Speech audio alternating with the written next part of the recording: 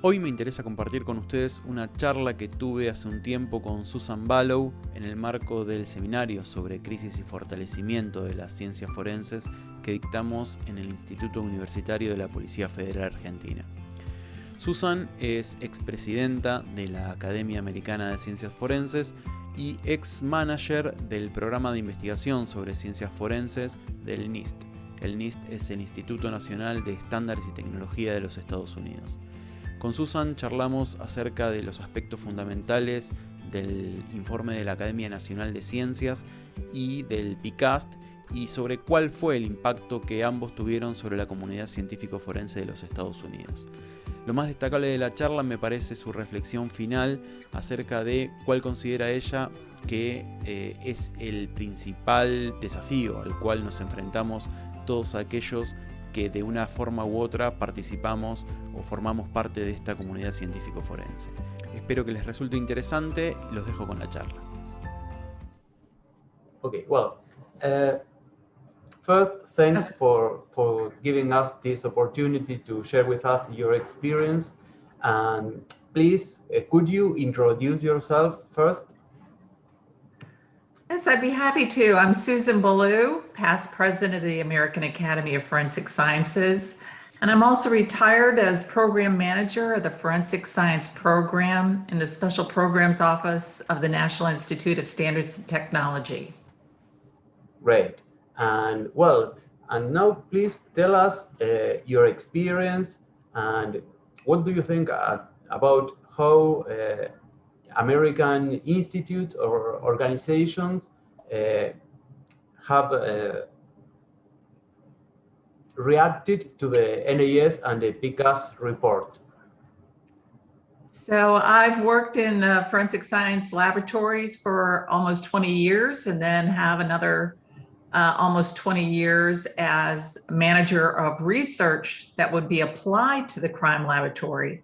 So it gave me a firsthand knowledge of what the crime laboratory analysts, chemists required or needed to conduct the proper examination of the evidentiary material that they received. When I was in the laboratory, there was always something I was looking for to help with caseload. And it became very apparent that we needed more research done to support our profession.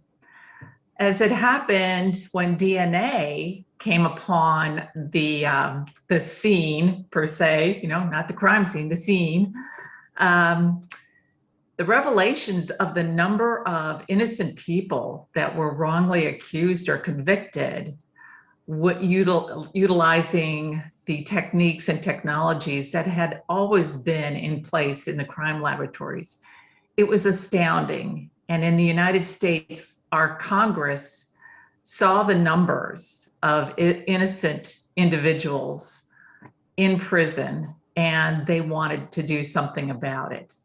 So they had cases brought forth to them, Congress did, such as 1991, Ray Crone was wrongly convicted on bite mark evidence, and he persisted that he was innocent.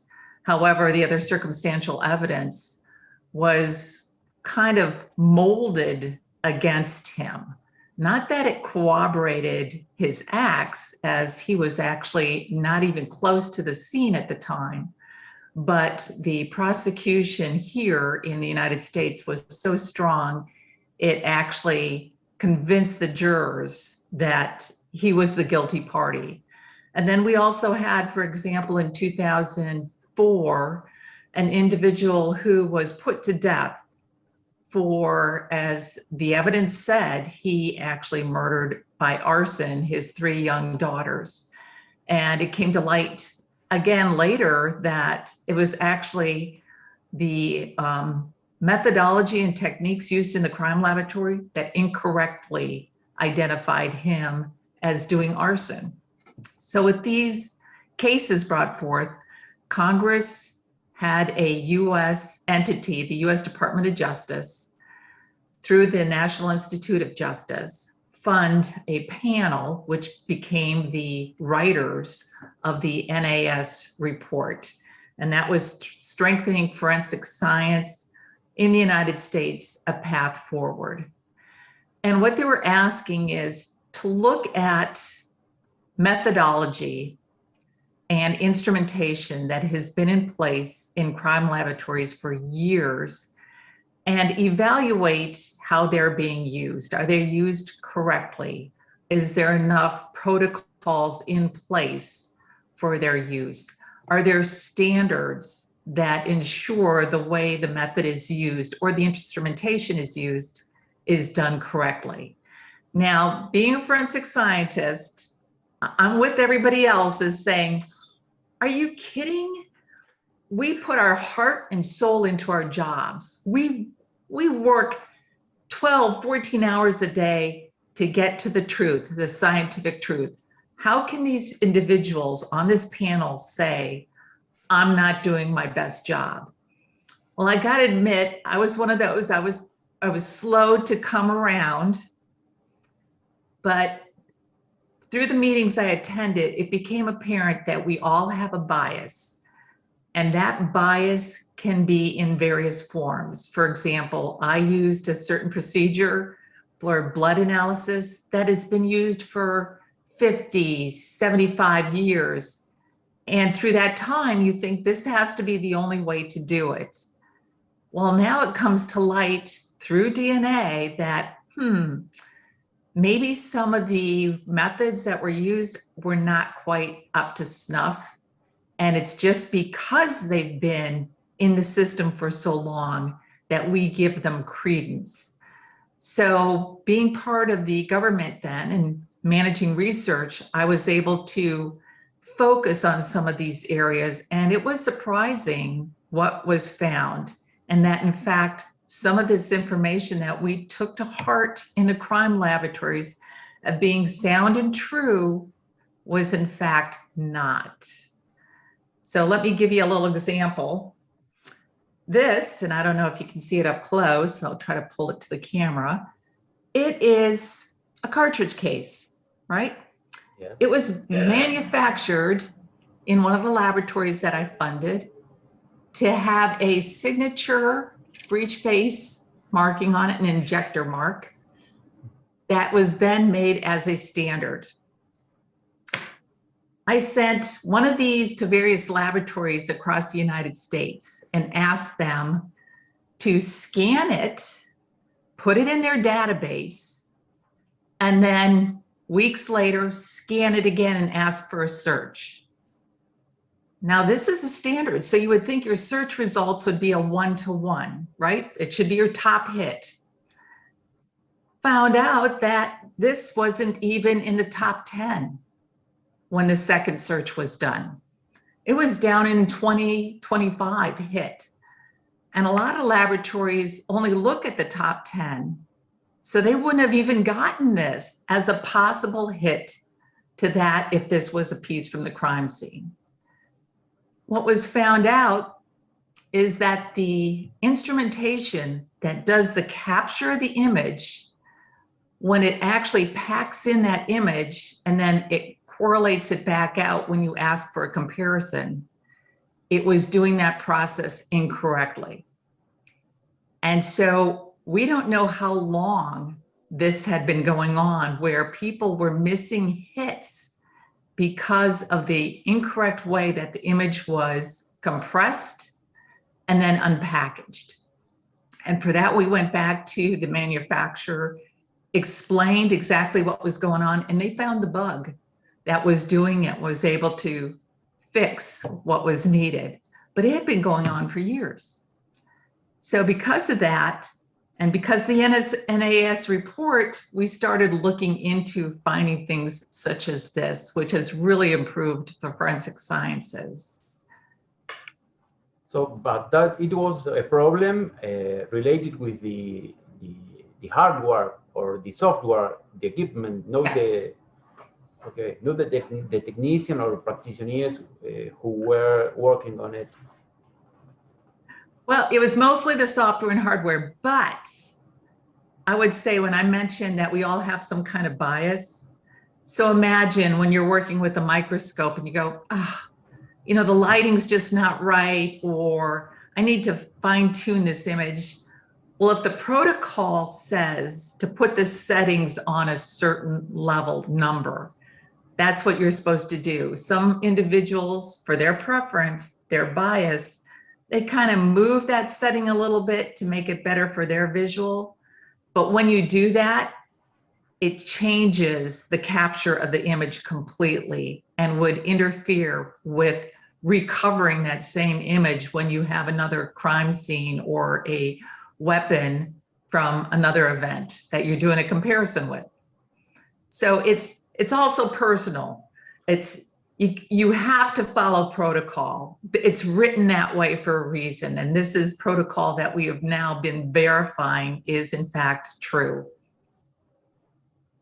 I understand. And what about the PCAST report? Which one do you consider which is more important, or which of them was more important for the forensic science evolve? So they're both important. That's an easy way out. So that was a great question. They're both important. It's the NAS report started the community in taking a hard look at how we've always examined evidence and took a look inside ourselves. Are you truly just looking at the science, or are you putting some of your personal changes or preferences into it? Are you listening to the detectives or the investigators when they say, we know this is the person? Or do you ignore that completely and just look at the science? So the NAS report got us started at that. And it also looked at the number of agencies that are lacking funding to do better or improved work, or the lacking of more staff. So people don't have backlogs that are so overwhelming, you're stressed all day long, and therefore that detracts from you doing a great job. What the PCAST report did was said, NAS, you're doing a good job. The people are awake now. They're starting to look at this. What PCAST asked is to look at pattern evidence even more. So fingerprints even. Shock. Everybody's looking at fingerprints. We've accepted the methodology for fingerprinting for 140, 50 years, whatever the number is. I know it's more than 100. How could PCAST say this needs more work? Well, I was able to obtain funding through the National Institute of Justice and through my own agency, National Institute of Standards and Technology. And we started a 3-year look, and actually it turned into almost 8 years look at fingerprinting, and found out there's quite a bit of human bias in that profession, as well as the instrumentation, similar to what I mentioned with the casing, was occurring in the fingerprint area. So so AFIS, we have the automated fingerprint information system that collects a print and stores it and allows agencies to use it across the United States. Well, the problem is we found out, because PCAST kind of made us look harder and deeper, is again, software hardware problems.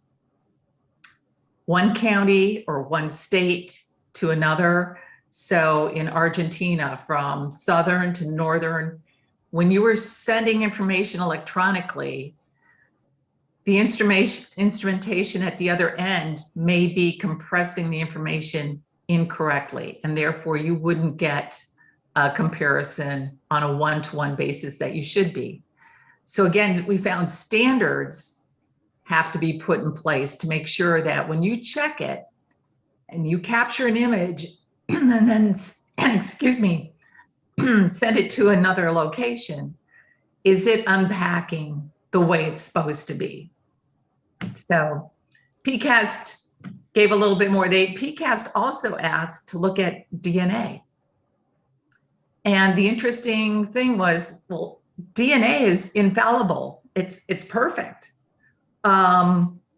maybe the DNA is perfect, but the interpretation by the analyst wasn't perfect.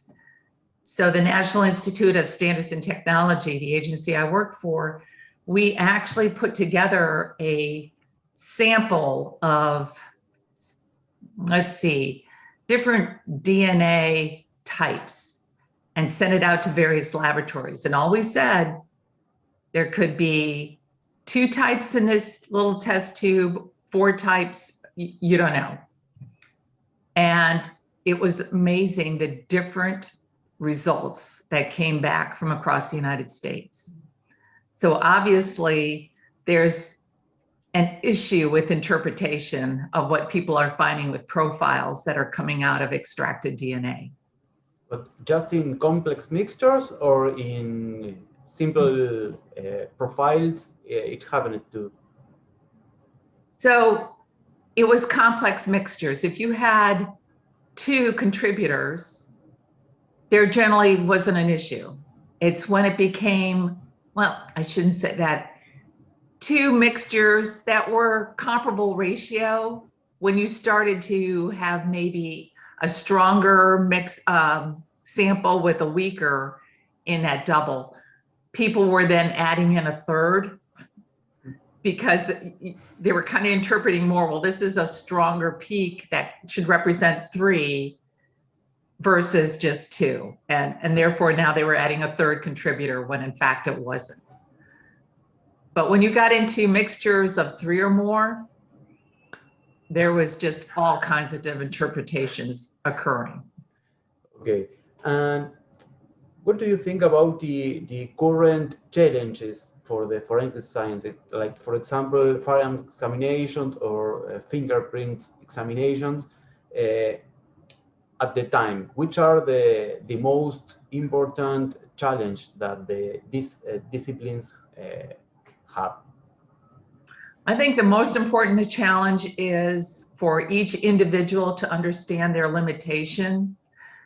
There's nothing worse than somebody feeling that they want to be the superhero of the day, solve the case, and go that extra mile when they should have stopped back here and gave the interpretation of what they felt really confident was the maximum of what you can do with the evidence. And the way we get to understanding what our limitations are taking more of these, I'd say, round robin opportunities where universities or governments send out these known samples and ask you to analyze them and send back what you would do as a regular report. And in that way, it kind of gives you reinforcement as to this was my confidence level of my appreciation of what the science could do or should do at that particular level. And this can be done interlaboratory. So another laboratory could make up samples and send them to another agency. Granted, you always know it's a test sample. So usually you work harder on a test sample than what you would do for an actual crime scene sample. You might just be overwhelmed with crime scenes, so you rush through the process. But still, those kind of interlaboratory, exchanges really kind of help you understand yourself. Right. Well, Ms. Ballou, thank you very much for your time again. And well, this interview was so important and so useful for us. So thank you very much for your time. You're welcome, and thank you very much for having me.